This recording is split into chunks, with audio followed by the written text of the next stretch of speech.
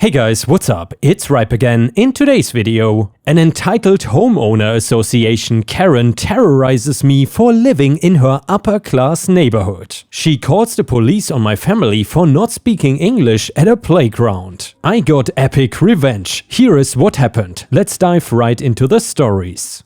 I have an absolute devil of a neighbor that seems to be a Karen about everything. The one thing that seems to bother her the most though is that my family is Hispanic. Literally just because of that I have been having issues with Karen for a while. She likes to start up by saying that we don't belong in this neighborhood and the place for people like us is the projects. My husband is a doctor and before I stopped working to be a stay-at-home mom, I was an accountant. We have every right to live in a nice neighborhood and race should not have anything to do with it. At one point she even called the police, claiming that there were a bunch of undocumented immigrants squatting in my house. Nothing came of that because obviously we could prove that we did in fact own the house and that none of us were undocumented. It is just pure racism on the part of the Karen and I was getting sick of it. The final straw though came one day when I took my kids to a private park where you had to live in the neighborhood to go to. One thing I want to quickly mention is that we felt it was important to let our children stay close to our roots and so they can also speak Spanish. It also helps them to communicate with their grandparents who don't speak English very well. They tend to go back and forth between English and Spanish. Anyway, at the park I saw Karen sitting on a bench and her kids playing. I did not want to start anything so I just sat at a different bench while my kids went and played. It did not take long before I saw one of her kids run up to her and then her go to my children. I got up fast and worried because I was not gonna let her be toxic to my kids. Karen, you two brats need to cut that out right now. My youngest kid was only 6 and started to cry when he was getting yelled at by Karen. Me, hey, don't you yell at my kids. What's your problem? Karen, my son came and told me that those two brats of yours were speaking Spanish. So what? They can speak any language they want to.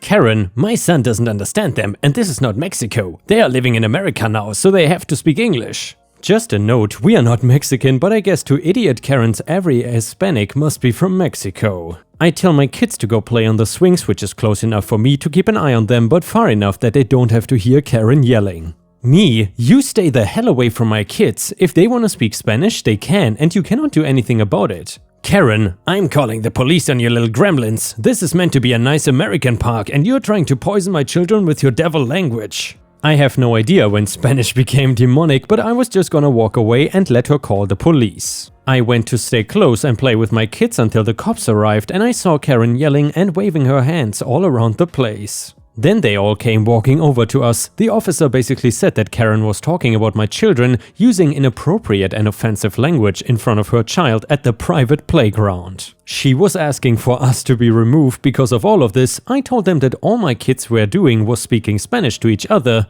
and Karen was stupid enough to actually tell the police that the foreign language was the offensive thing. They were not happy about having to deal with this call instead of a real emergency. They basically told Karen that we could speak any language we wanted and not to call them again for a phony report. With all the harassment in the past and now going after my kids, I wanted to get some revenge on Karen. I'm the type of woman that if you mess with me, I'm going to fight back. If you mess with my kids, then I'm going to fight dirty. She released a mama bear and now was going to see how hard I could punch back. I knew exactly how I was going to do it as well. Karen has 2 extra cars that she keeps parked in front of her house. This is to basically stop anybody from parking near her property, and even ends up going a little bit in front of my house. Of course, this is not illegal because you don't own the street in front of your house. It is just a common courtesy people have here to park in front of their own. Those 2 extra cars though never get moved and never actually get driven. They are old junkers that in all honesty I don't even think can run. They have expired stickers so they don't have any kind of up-to-date inspection or registration. They are basically 2 chunks of scrap metal on wheels that she keeps there in order to make sure nobody parks anywhere near her property and so I have less space. I live in an HOA and unlike most stories, I'm actually going to use their rules to my advantage. The bylaws are very long and very boring, but have a huge section about parking on the streets. To sum it up, if a car is in disrepair, unregistered, etc., it can be classified as abandoned. Abandoned cars can legally be towed from the street as long as you go through the tow company the HOA specifies. This rule was perfect for my revenge. So I called the tow company and told them about the 2 cars parked on my street that are abandoned. They come and look over the cars themselves and agree with that, so they hook them up and take them away.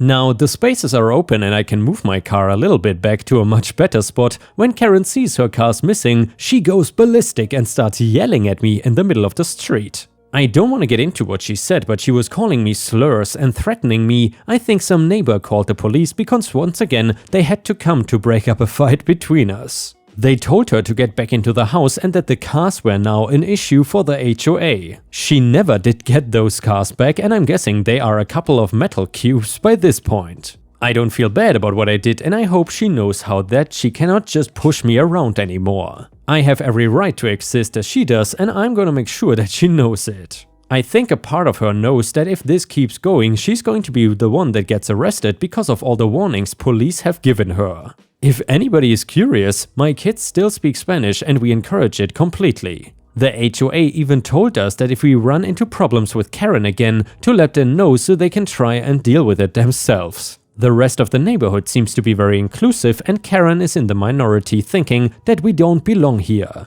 And yeah, Ripe Stars, I gotta say, these American Karens are definitely in the minority. The majority of American people are actually very nice, even here abroad. Because in fact, for some reason, the neighborhood I'm living in here in Thailand has quite a few American expats and they are all super nice. It seems like American Karens haven't yet migrated to Thailand. The next one is titled Karen Demands Free Lodging. I have a short-term rental listed on Airbnb. It is near a huge annual motorcycle rally that attracts between 500 to 900,000 people, or more. The counting technique is complex, from all over the world. My sister and I grew up here, and it was not until recently that she showed any interest at all in this event. Now that she lives on the other side of the country though, she is all about it. My rental house is next door to my residence and the only one I have. It's also my only job. We have a very defined tourist season and I need to hustle and make bank to get through the winter slow season. She knows how this works. My sister informed me one day that for this year's event she would like to rent out my rental house. I told her in no uncertain terms that I'm a very direct person, that if she were to do that I could offer her no discounts because that week is absolute peak season and my rates reflect that. It is a 3-bedroom, 2.5 bath house in a historic yet centrally located neighborhood. It has a patio and a Harley-Davidson themed carriage house that has been converted to a bar room and offers motorcycle parking inside the carriage house. She impatiently stated, "Oh, I know, you cannot give a discount," and then stated that she would pay the going rate. Other Airbnb houses in my neighborhood with similar amenities go for upwards of $450 per night. Which is an absolutely outrageous price if you ask me. And I thought Europe was expensive. Jesus Christ. I told her the nightly rate and there was a long pause. Well, her husband thinks that you should ask my husband if we can house sit for you while you're at the event. I can manage your Airbnb house too. Win-win, right? We take our RV up to the event every year and camp, so our house is empty. We don't have pets or house plants and we have a friend stop by the house and keep an eye on it. We also have cameras to watch. We don't need a house sitter. I tell her no thank you and change the subject. A couple of weeks later she offers to both house sit and manage my rental house for the low fee of $300 for the week, because she knows I'm going to have to hire someone to do it anyway and she wants to save me money. I tell her I already have someone to take care of emergencies. No thank you. So basically she wants me to pay her to stay in my house. And obviously she is a total Karen and I don't want her interacting with my guests whatsoever. The absolute nerve this woman has. The next one is titled, Yes, Even I Can Sell You This. Many moons ago I worked in a department store. It was a weekend contract gig while I was at university. It had departments for a variety of things and for no particular reason I ended up in the basement on homewares. No grumbles from me, money, even if it is minimum wage, is money, work was easy and my team was awesome. The first week there I recall someone saying, retail would be great if it wasn't for the customers. And yeah, I was saddened. What a morose mentality to have for the place you spend most of your waking week. It took me a few years to figure out it was 100% true. The amazing customers absolutely do not outnumber or overshadow the monsters. One thing in retail is that I did not realize was how amazingly helpful a good memory is. And believe me, back then especially, I had a phenomenal memory. Which is something I definitely cannot say about myself. My memory is garbage. Anyway, we had to type in dissection codes and prices into a printer for barcodes and place them on stock. I very quickly got a reputation. See, most people would remember their specialty codes, they were 15 digits long. That is still good. A few seasoned withered husks with manager name tags would remember a few other specialty codes. I had them memorized for the entire basement, 7 departments, hundreds of codes. They were formulaic per department, so once you remembered each department formula, you just had the last 4 digits per dissection.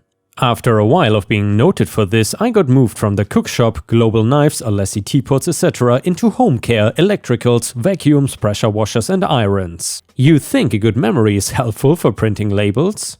I was like a walking thesaurus there. I did not gloat, but colleagues would use me often. It was quicker to get me than to go into the office and check the catalog or Google something, warranty info, user specs, power ratings, maintenance routines. Simply all of it, and I enjoyed the prestige. I was not a douchebag about it, I happened to be perfectly positioned to excel in this because of my memory. I would gladly help out people rather than salesperson them if I could. That 900-pound machine, what would you use it for? And yeah, you can get that from this 100-pound machine instead. I did not get commission and I brought return customers who liked me helping them. People liked a passionate teenager man helping them with all of the knowledge I could muster. One woman even wrote me a letter saying she would send flowers but didn't for fear of upsetting my wife if I had one. She was about 7 decades older than me, bless her heart, but I digress. So, malicious compliance time. One day a woman came in. This was the 2000s, but by today's standards she was a Karen. Instead, hatred of everything and everyone. My job is to help customers, so her distaste for existence and pleasure for misery really mattered not at all.